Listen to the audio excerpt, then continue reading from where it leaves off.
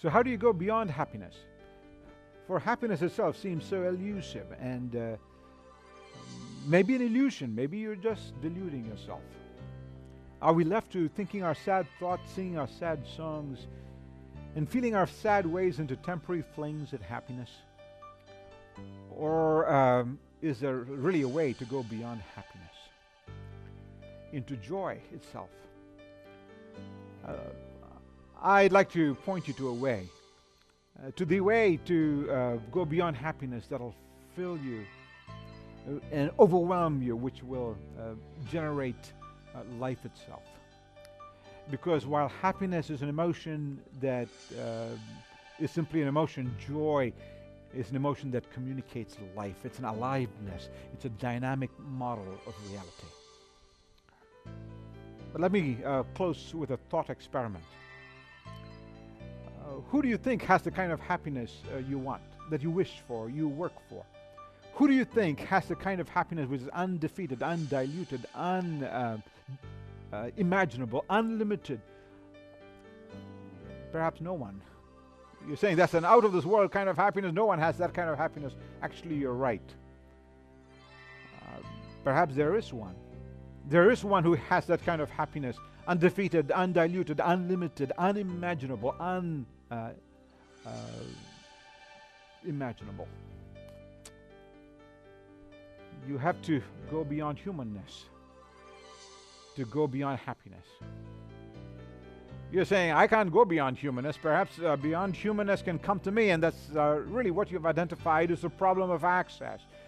To go beyond humanness to find beyond happiness is not a possibility for you and me, except if God's very own joy comes down, because the access down can be ours.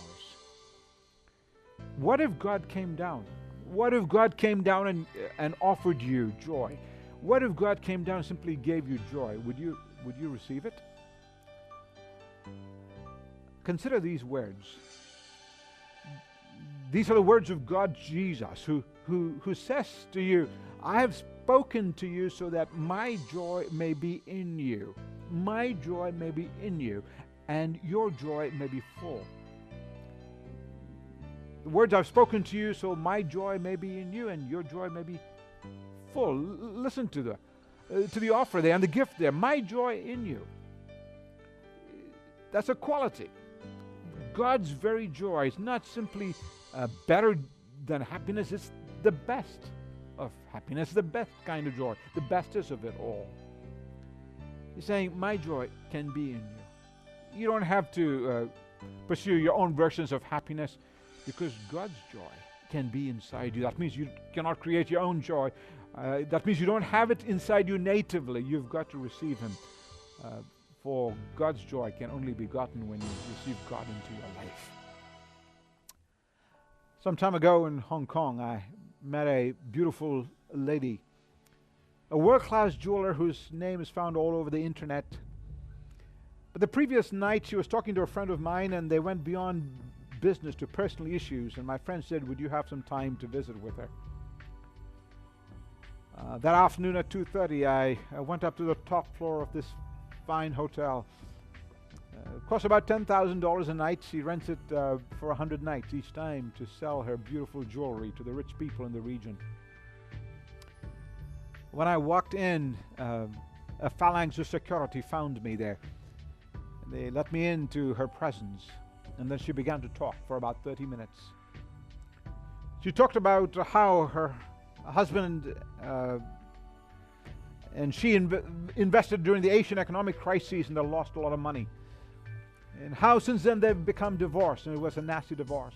And how their only daughter has now married into another family.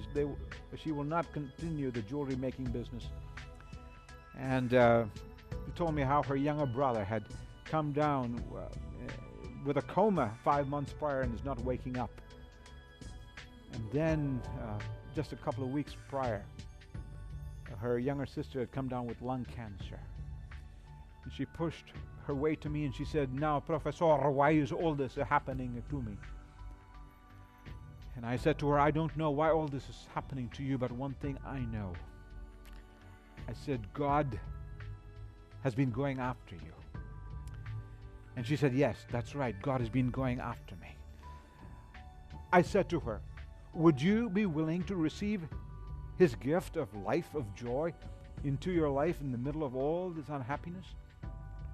And she says, no, I wouldn't be willing to receive his gift, because even to my brother's doctor, I give him a new piece of jewelry every month to keep him happy, to look after my brother. I should do that much at least for God. And I said, no, that's not what I'm saying. I'm going to rephrase this question. If God were to make an exception in your case and simply give you his life, and all it means, would you receive it? She said, why, Professor? I've been looking for God's life all my life. If it only means receiving it, I'm willing to receive it. And so we bowed and we talked to God. This is what she said. She said, God, I'm sorry. I've tried to find my life on my own. I want your life in me. She admitted to the fact that her versions of happiness, of accomplishments, of things, of experiences, of business behavior, of goals and ideals that she had pursued, nothing could offer happiness. In fact, the consequences of those things were even harder than she could possibly imagine.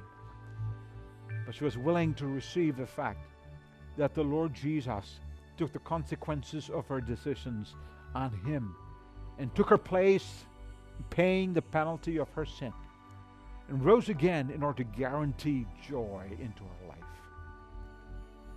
She lifted her face, and there were tears coming down her cheeks. My friend who had been with her said this was the first time she had seen her happy in 37 years. First time. You know why? God's joy, Jesus' joy, had now invaded the jeweler's life. That's only the first part of the promise. The solution to receiving God's joy is receiving God, Jesus, into your life.